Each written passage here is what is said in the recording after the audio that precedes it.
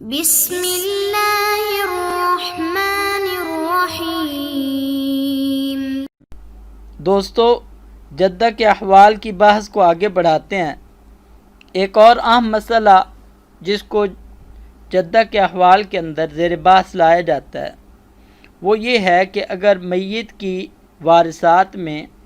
ایک سے زیادہ جدات موجود ہوں اور ان میں سے بعض دفعہ ایک جدہ تو ایک ہی جہت سے وارث ہوتی ہے اور کوئی جدہ ایسی بھی ہوتی ہے جس کی میت کے ساتھ رشتہ داری ایک سے زیادہ جہات کے اعتبار سے ہو رہی ہوتی ہے، تو جس کی ایک ہی رشتہ داری ہو اس کو تو ہم جدہ ذات قرابت واحدہ کہتے ہیں، اور جس کی ایک سے زیادہ رشتہ داری ہوں یعنی دو رشتہ داری ہوں تو ہم کہتے ہیں جدہ ذات قرابتین۔ تو اب جس جدہ کی میت کے ساتھ رشتہ داری کئی جہات سے ہو تو اب آیا اس کو ہم سدس میں سے زیادہ حصہ دیں گے یا اتنے ہی دیں گے کہ جتنا حصہ ایک قرابت والی اور ایک رشتہ داری والی جدہ کو ملے گا؟ تو اس بارے میں ہمارے فقہائے حنفیہ کے درمیان اختلاف ہے۔ امام ابو یوسف رحمۃ اللہ علیہ کی اس حوالے سے رائے یہ ہے کہ سدس کو آدھ و آدھ تقسیم کر دیں گے اور صرف ابدان کے اعتبار کریں گے۔ تو اگر مسئلے کے اندر بس دو جدات موجود ہیں تو بس ہم سدس کو آدھا آدھ کر دیں گے، آدھا سدس ایک جدہ کو دے دیں گے، آدھا سدس دوسری جدہ کو دے دیں گے، اور جہات کا کوئی اعتبار نہیں کریں گے اور صرف ابدان کا اعتبار کریں گے۔ اور یہی امام ابو یوسف رحمۃ اللہ علیہ کے قول پر فتویٰ بھی ہے۔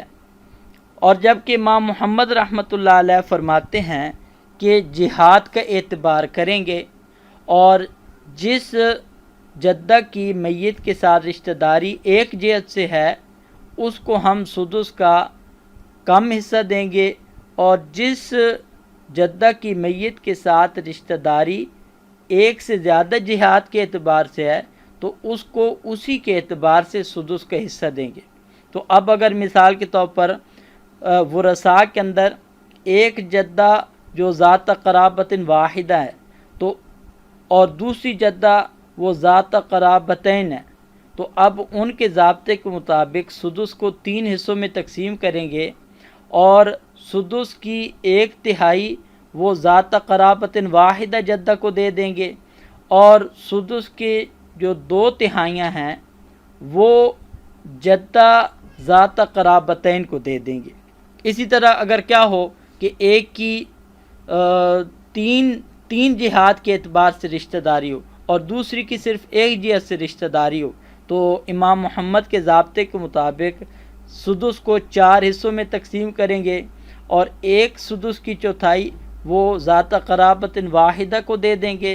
اور تین چوتھائیاں سدس کی وہ ذات قرابت ثلاثہ والی جدہ کو دے دیں گے۔ اس بات کو ہم ایک مثال سے سمجھتے ہیں۔ جیسے مثال کے طور پر ہندہ ایک خاتون ہے اور ایک جدہ صالحہ ہے۔ یہ جو ہندہ ہے اس نے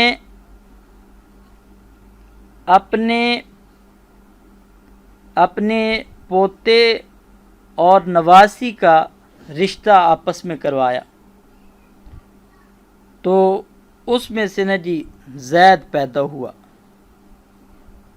اور جب کہ صالحہ ہے اس نے اپنی بیٹی ہندہ کے بیٹے کے ساتھ بیائی، تو اب صورت مسئلہ اس طرح ہے کہ زید فوت ہوا تو زید کے فوت ہونے کی صورت میں باقی اور کوئی وارث موجود نہیں ہے، صرف یہ 2 جدات موجود ہیں، ایک ہندہ موجود ہے اور ایک صالحہ موجود ہے۔ اب ہندہ جو ہے وہ زید کی وہ ام الام بھی لگتی ہے، یعنی کہ نانی کی ماں بھی ہے، اور اسی طرح یہ جو ہندہ ہے وہ زید کی ام ابل اب بھی لگتی ہے، یعنی کہ دادے کی بھی ماں ہے، اور جبکہ صالحہ جو ہے یہ میت زید کی صرف اور صرف ام الاب یعنی کہ صرف دادی کی ماں ہے، تو صالحہ کی یہ ذات قرابت واحد ہو جائے گی، اور جبکہ ہندہ کی دو قرابتیں ہو جائیں گی کہ وہ نانی کی بھی ماں ہے اور دادے کی بھی ماں ہے، تو ہندہ کی اب دو جہات ہو گئے اور صالحہ کی صرف ایک جہت ہو گئی۔ تو اب اگر ہم نے اس مسئلے کو ہم نے حل کرنا ہو بطور وراثت کے اعتبار سے، تو امام ابو یوسف رحمۃ اللہ علیہ کے مقابلے میں تو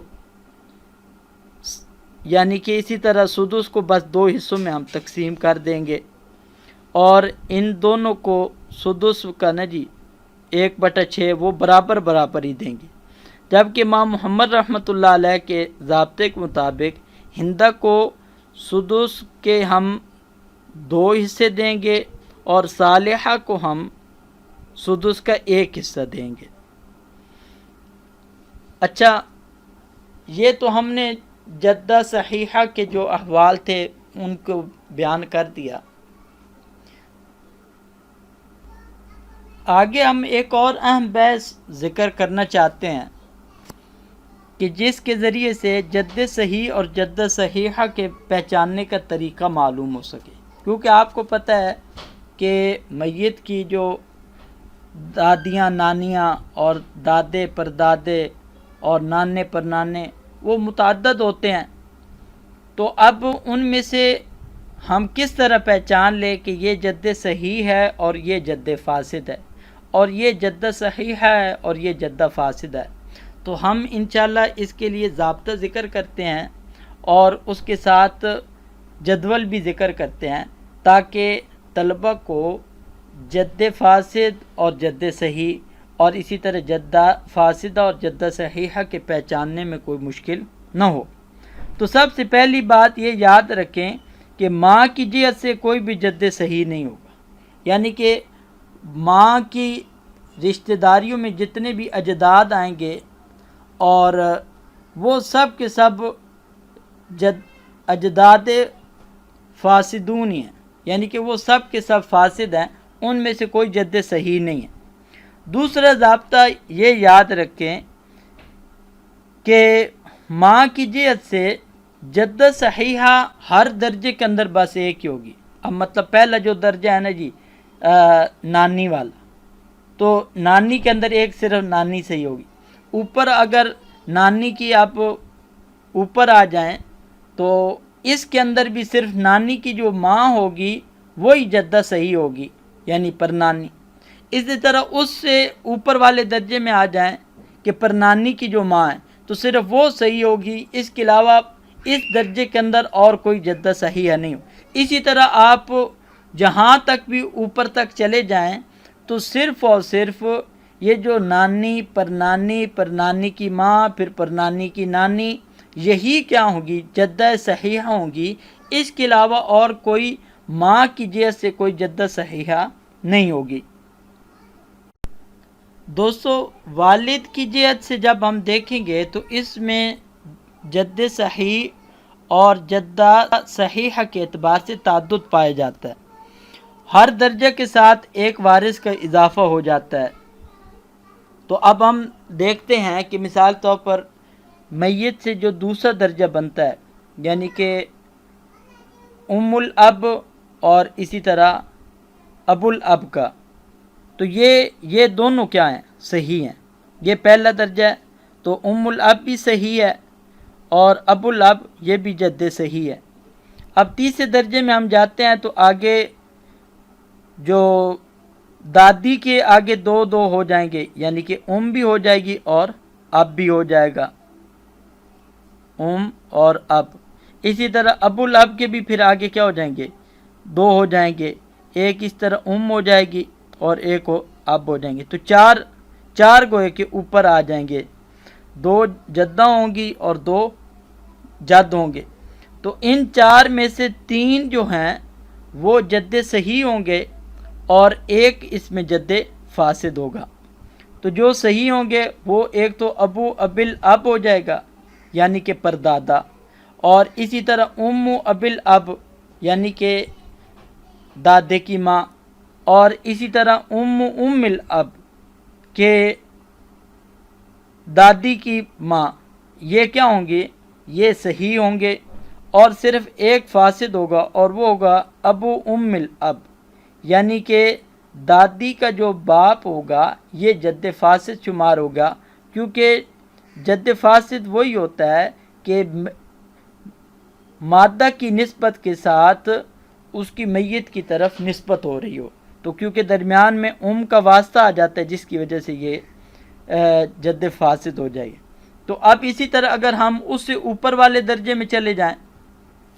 یعنی چوتھے درجے کے اندر چلے جائیں، تو چوتھے درجے کے اندر اب ایک وارث کا اور اضافہ ہو جائے گا، تو اس میں اب 4 وارث کیا ہوں گے؟ وہ جد صحیح اور جدات صحیح ہوں گے۔ پھر اسی طرح اگر 5ویں درجے میں چلے جائیں تو اس کے اندر 5 صحیح ہوں گے، اور چھٹے درجے میں چلیں 6 صحیح ہوں، تو جہاں تک ایسے اوپر چلتے جائیں گے تو اسی طرح ہوگا۔ تو یہ بطور سمجھانے کی بات ہے، وگرنہ ظاہر بات ہے میت کے ورثاء کے اندر جد صحیح اور جد فاسد اتنے درجات تک تو نہیں باقی رہتے ہیں، وہ تو اسی طرح یا تو دوسرے درجے کے ہوں گے یا تیسرے درجے کے ہوں گے، زیادہ سے زیادہ، اس سے زیادہ تو اوپر نہیں ہوں گے۔ اب ہم ان کو جدول سے سمجھتے ہیں، تو اب ہم سب سے پہلے جدول من جہت الام دیکھتے ہیں، یعنی کہ ماں کی طرف سے جو جد صحیح اور جد فاسد اور اس طرح جدات صحیحہ اور جدات فاسد ہیں۔ تو اب ماں کے اپنے کیا ہوگی؟ ماں اور باپ ہو گئے، تو ان میں جو والدہ کا جو والد ہے یعنی کہ نانا میت کا، یہ تو ہوگا جد فاسد، کیونکہ جد فاسد وہی کہتے ہیں کہ میت کی طرف جس کی نسبت مونس کے واسطے کے ساتھ ہو رہی ہو، تو کیونکہ درمیان میں کا واسطہ آ رہا ہے تو اس بنا پر یہ اب جو ہوگا نانا، یہ جد فاسد شمار ہوگا، اور الام جو ہے یہ جد صحیحہ شمار ہوگی، کیونکہ اس کی میت کی طرف نسبت میں کوئی جد فاسد نہیں ہے۔ پھر آگے آ جائیں تیسرے درجے کے اندر، تو اب کے آگے اوپر کیا ہو جائیں گے؟ ماں اور باپ آ جائیں گے کے، اور اسی طرح کیا ہے کہ اب کے کیا ہے؟ ماں اور باپ آ جائیں گے۔ تو اب ہم ان 4 میں سے دیکھتے ہیں، تو اس میں بھی صرف اور صرف ایک صحیح ہوگی، ٹھیک ہے، کیونکہ اس کی میت کی طرف نسبت کے اندر کوئی جد فاسد نہیں ہے۔ باقی اس کے علاوہ جتنے بھی ہیں تو وہ سارے کے سارے فاسد ہوں گے۔ اب بھی فاسد ہوگا، ٹھیک ہے، یہ بھی فاسد ہو جائے گی، یہ اب بھی فاسد ہو جائے گی، کیونکہ اب فاسد کی نسبت سے تو آگے جتنی بھی رشتہ داری آئیں گی یہ سب کیا ہوں گے؟ فاسد ہوں گے۔ اور ادھر جو صحیح تھی تو اس کا اب، کیونکہ اس اب کی جو نسبت ہے وہ کے واسطے کے ذریعے سے آگے میت کی طرف ہو رہی ہے۔ پھر اسی طرح ہم آگے آ جاتے ہیں، تو اب اگلے درجے کے اندر اب اور اب وہ 8 ہو جائیں گے، پچھلے درجے میں 4 تھے تو اگلے درجے میں وہ 8 ہو جائیں گے۔ تو اب ان 8 میں سے صرف اور صرف یہ کیا ہوگی؟ صحیح ہوگی، اس کے علاوہ باقی جتنے بھی ہیں یہ سب کے سب ساتھ کے ساتھ یہ فاسد شمار ہوں گے۔ اسی طرح اب ہم اگر اس سے اوپر والے درجہ بھی لے لیں تو اس درجے کے اندر اس کی جو آگے آئے گی وہی کیا ہوگی؟ صحیح ہوگی، اور باقی اس کے علاوہ جتنے بھی ہیں ان سب کے آگے جد فاسد اور جدات فاسدات ہی آئیں گی۔ اب ہم دوسرے جدول دیکھتے ہیں جو من جہت الاب ہے، تو والد کے جہت کے اعتبار سے پہلے تو کیا ہو گئے؟ دادا اور دادی ہو گئے، تو دادا یہ بھی جد صحیح ہے اور دادی یہ بھی کیا ہے؟ جد صحیح ہے۔ پھر آگے آ جائیں دادی کی ماں اور باپ، یعنی کہ دادی کی جو ماں ہوگی یہ بھی کیا ہوگی؟ جدہ صحیح ہوگی، کیونکہ اس کی میت کی طرف نسبت کے اندر کوئی جد فاسد نہیں ہے۔ اور اسی طرح دادی کا جو والد ہوگا تو یہ جد فاسد ہو جائے گا، کیونکہ اس کی میت کی طرف نسبت کے اندر درمیان میں کا واسطہ آ جاتا ہے۔ پھر اب کے جو والد والدہ ہیں اس کو دیکھتے ہیں، تو اب کی جو والدہ ہے یہ جدہ صحیح شمار ہوگی، کیونکہ اس کا میت کی طرف نسبت میں اس اب کا جو واسطہ آ رہا ہے تو یہ اب جد صحیح ہے اور یہ جد فاسد نہیں ہے۔ اور جدہ فاسد تب ہوتی ہے کہ جب کیا ہو؟ جد فاسد کے واسطے کے ذریعے سے میت کی طرف نسبت ہو رہی، اور جبکہ اب کا جو والد ہے یہ بھی جد صحیح ہوگا، کیونکہ یہ پردادا ہے اور اس کی میت کی طرف نسبت کے اندر کوئی مونس داخل نہیں ہے۔ پھر اسی طرح جب اگلے درجے میں آئیں گے تو اب پچھلے درجے میں 4 تھے تو اگلے درجے کے اندر 8 ہو جائیں گے، تو اب ان 8 میں سے اب 4 جو ہوں گے وہ صحیح ہوں گے اور 4 فاسد ہوں گے۔ پھر اسی طرح ہم اس سے اوپر والا درجہ لیں گے، 5واں درجہ، تو اس کے اندر 5 صحیح ہوں گے اور باقی سارے فاسد ہوں گے۔ تو اب ان صحیح میں سے ایک تو اس کی جو ہے یہ صحیح ہوگی، لیکن اس کا جو اب ہوگا وہ فاسد ہوگا، کیونکہ اس کی میت کی طرف نسبت میں مونس آ گئی ہے۔ اسی طرح اب جو فاسد ہے تو اس اب فاسد کی بھی فاسد ہوگی اور اب بھی فاسد ہوگا۔ آگے یہ جو صحیح ہے تو اس کی جو تو ہوگی وہ تو صحیح شمار ہوگی، لیکن اس کا جو اب ہے وہ فاسد ہو جائے گا، اور اب صحیح کی بھی صحیح رہے گی اور اب بھی صحیح رہے گا۔ تو یہ ان کا مختصر طور پہ جدول ہے، تو اگر اس کو اچھی طرح سمجھ لیا جائے تو پھر جد صحیح اور جد فاسد اور اسی طرح جدہ صحیحہ اور جدہ فاسدہ کے درمیان فرق کرنا کوئی مشکل نہیں رہے گا۔ اب ہم جدہ کے احوال کو سراجی کی عبارت کے اندر دیکھتے ہیں۔ احوال الجدہ، جدہ کے احوال: وللجدۃ السدس لأم کانت او لأب، کہ جدہ کے لیے سدس ہوگا چاہے وہ جدہ امیہ ہو یا جدہ ابویہ ہو، واحدتاً کانت او اکثر، ایک ہو یا ایک سے زیادہ ہوں، اذا کن ثابتات، جبکہ وہ سب کی سب کیا ہوں؟ ثابت ہوں، متحازیات فی الدرجہ، یعنی کہ ایک تو وہ جدہ صحیحہ ہوں اور دوسرے نمبر پہ ایک ہی درجے کے اندر برابر ہوں، تو پھر ان کو ہم سدس کے اندر شریک کریں گے۔ دوسری حالت یہ ہے وَيَسْقُطْنَ كُلُّهُنَّ بِالْأُمِّ، کہ اگر میت کے ورثاء میں موجود ہے تو اس صورت میں ساری جدات چاہے وہ امیہ ہوں یا ابویہ ہوں سب ساقط ہو جائیں گی۔ والابویات ایضاً بالاب، اور جدہ ابویات یہ ساقط ہو جائیں گی اگر میت کا اب موجود ہو، لیکن جو امیات ہیں وہ اب کی وجہ سے ساقط نہیں ہوں گی۔ وَكَذَلِكَ بِالْجَدِّ إِلَّا أُمُّ الْأَبِّ وَإِنْ عَلَتْ، اور اسی طرح کیا ہے کہ جد کی وجہ سے بھی ابویات ساقط ہوتی ہیں، لیکن یہ وہ ساقط ہوں گی جو جد کی نسبت سے ہوں، وگرنہ جن میں جد کی کوئی نسبت نہ پائی جاتی ہو، جیسے الاب ہو جائے، کیونکہ الاب یہ جد کی زوجہ تو ہے لیکن یہ جد کی نسبت سے کوئی میت کی دادی نہیں ہے۔ اور اسی طرح اگر کیا ہو کہ الاب و ان علت، یعنی کہ الاب ہو جائے، یعنی کہ دادی کی ماں ہو جائے، تو دادی کی ماں یہ جد کی بیوی کی ماں تو بن سکتی ہے، لیکن جد کی نسبت کے اعتبار سے وہ میت کی کوئی جدہ نہیں ہے۔ تو اس بنا پر یعنی جد کی بنا پر صرف وہی ابویات ساقط ہوں گی جس میں جد کی نسبت پائی جائے، جیسے کہ الجد، یعنی کہ دادے کی جو ماں ہوگی وہ دادے کے ہوتے ہوئے ساقط ہو جائے گی۔ فَإِنَّا تَرِثُ مَعَ الْجَدِّ، تو الاب جو ہے یہ جد کی موجودگی میں وارث ہوگی، لأنہا لیست من قبل ہی، اسی کے جو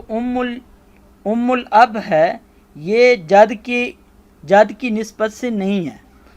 آگے دوسرا مسئلہ بیان کرے، والقربہ من ای جہت کانت تحجب البعد من ای جہت کانت، کہ اگر جدہ جو کہ قریب درجے کی ہے وہ کسی بھی جہت سے ہو جائے، چاہے وہ امویہ ہو چاہے ابویہ ہو، تو وہ حاجب بن جاتی ہے بعید کے درجے کی جدہ کے لیے، وہ چاہے جس جہت سے ہو جائے، چاہے وہ ابوی ہو جائے چاہے اموی ہو جائے۔ تو اب اگر مثال کے طور پر مسئلے کے اندر الاب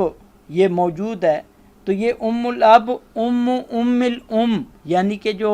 میت کی پرنانی بنتی ہے یہ اس کے لیے حاجب بن جائے گی۔ پھر اسی طرح کیا ہے کہ وہ قربہ جو قریب درجے کی جدہ ہے، چاہے وہ وارث خود بن رہی ہو یا خود بھی محجوب ہو، دونوں صورتوں کے اندر وہ بعید درجے کی جدات کے لیے حاجب بن جائے گی۔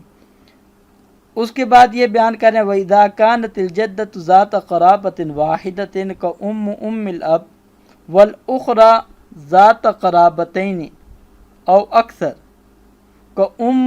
الْأُمِّ وَهِيَ أَيْضًا أُمُّ أَبِي الْأَبِ، کہ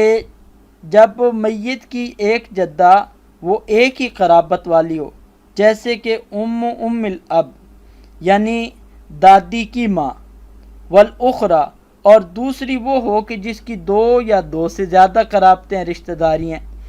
جیسے کہ ام الام یعنی کہ نانی کی ماں، وہی ایضاً ام ابی الاب اور وہ اسی طرح دادے کی بھی ماں ہو، بہذہ الصورہ یعنی کہ مذکورہ صورت کے اندر، جیسا کہ ہم نے پیچھے جب احوال بیان کیے ہیں تو اس کے اندر بنا کر پیش کیے، یقسم السدس بینہما عند ابی یوسف انصافا باعتبار الابدان، تو امام ابو یوسف رحمۃ اللہ علیہ کے ہاں جہاد کا کوئی اعتبار نہیں کریں گے اور ابدان کا اعتبار کر کے سدس کو نصف و نصف آدھ و آدھ تقسیم کریں گے۔ وعند محمد رحمہ اللہ تعالی الثلاثا باعتبار الجہاد، اور امام محمد رحمۃ اللہ علیہ کے ہاں جہاد کے اعتبار کریں گے تو جو ذات قرابتین ہے اس کو سدس کے 2 حصے دیں گے، اور جو ذات قرابت واحد ہے اس کو سدس کا ہم 1 حصہ دیں گے۔ اس مسئلے کے اندر امام ابو یوسف رحمۃ اللہ علیہ کے قول پر ہی فتویٰ ہے۔ والسلام علیکم ورحمۃ اللہ وبرکاتہ۔